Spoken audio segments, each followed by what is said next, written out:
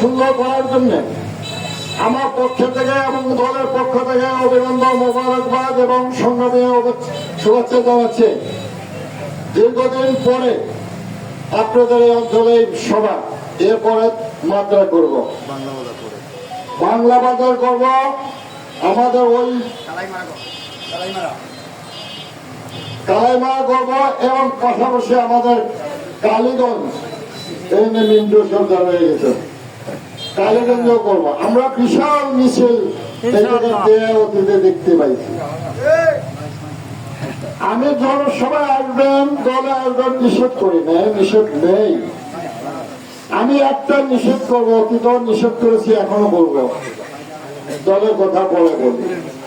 সেটা হলো গ্রামের যারা দলে দলাদলি করেন, দয়া করে বিএনপির কোনো ভালো পদে দেন না।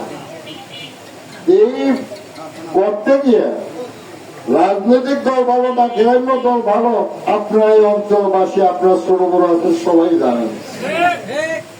অনেকে বিনা হয়েছেন, জীবন গেছে, সামনে আরো যাওয়ার পরিকল্পনা থাকতে পারে, জানি না, আল্লাহ ভাবছেন। দয়া করে আর মায়ের বুক যদি খালি না হয়। এবার স্বৈর শাসকের রাজনৈতিকভাবে আমরা বিদায় দিতে চেয়েছিলাম।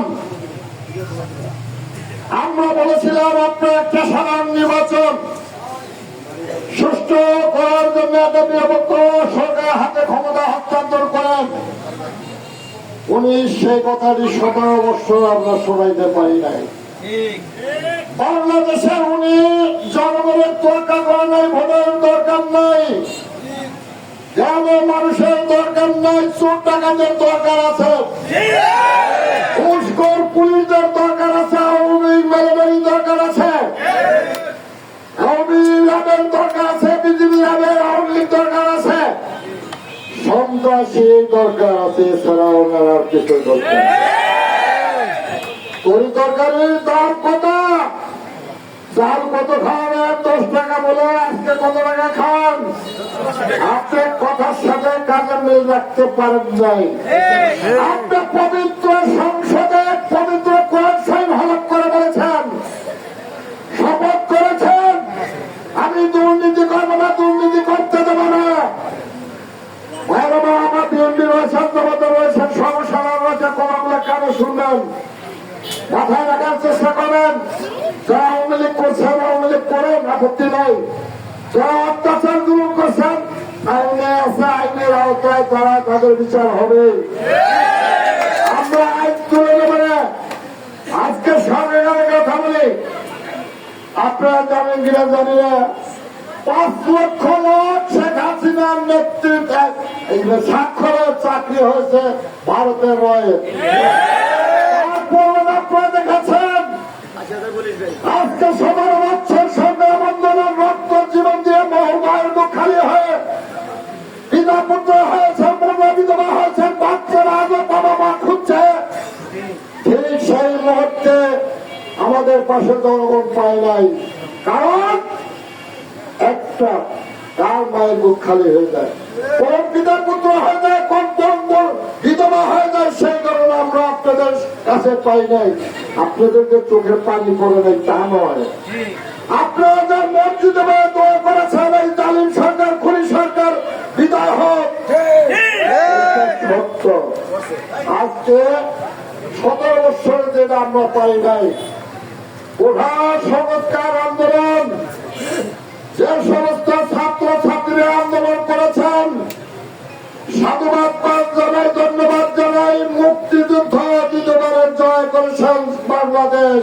একটা সৈন্য শাসক থেকে 17 বছর আমরা পারি নাই, 17 দিনের মধ্যে মুক্ত করেছেন। তাদের জন্য যারা নিহত হয়েছে তাদের জন্য দোয়া করবেন না? আমাদের দীপ্ত হত্যা হয়েছে, আমাদের পুরে মনির হত্যা হয়েছে, আমাদের আরিফ হত্যা আছে, মামুন হত্যা আছে, তাহিদ হত্যা হয়েছে। আমাদের মাদের গুলো কি সংযোগ হয়েছে যেটা আমরা কোনোদিন কামনা করি নাই, রাজনীতিতে ইতিহাস হয় নাই। আজকে অপকর্মের কারণে যারা আজকে এই লুটতরাজ করেছেন, অগ্নি সংযোগ করেছেন, অথচ আমাদের বিরুদ্ধে 13টি মামলা হয়েছে। আমরা বলেছি এটা ছাত্র ছাত্রীদের কর্মকাণ্ড নয়, এরা বিএনপি জামাতের ইসলামী শাসনতন্ত্রের কর্মকাণ্ড নয়, এরা আপনাদের আভ্যন্তরীণ করুন দল। আজকে আমার এই ছাত্র ছাত্রীদের কানে বন্ধু রেখে তার দিয়েছেন। আজকে আমরা বলেছি আইন শৃঙ্খলা মিটিংয়ে এসপি সাহেবকে বলেছে আপনার ভিডিও ফুটেজ বের করে আমার নেতা কর্মীরা যদি এর মধ্যে জড়িত থাকে আমরা প্রথমে সাংগঠনিক ব্যবস্থা নেব, তারপর আপনারা আইনের ব্যবস্থা গ্রহণ করবেন। তারা তো যদি থাকে তারাও সেই ব্যবস্থা নিতে প্রস্তুত আছে। ইসলামী শাসনতন্ত্র যারা করেন তারাও একই কথা বলেছেন। আমরা এই সরকারের আজকের ষড়যন্ত্র শেখ মুজিবের কন্যা বাংলাদেশ থেকে এইভাবে নাইটা হয়ে পালাই যাবার মানুষ কোনদিন কল্পনা করে নাই। বলেছি শ্রীলঙ্কার মতন আপনাদের জানুন পালাইতে না হয়, আপনি সেই কথা কানে দেন নাই।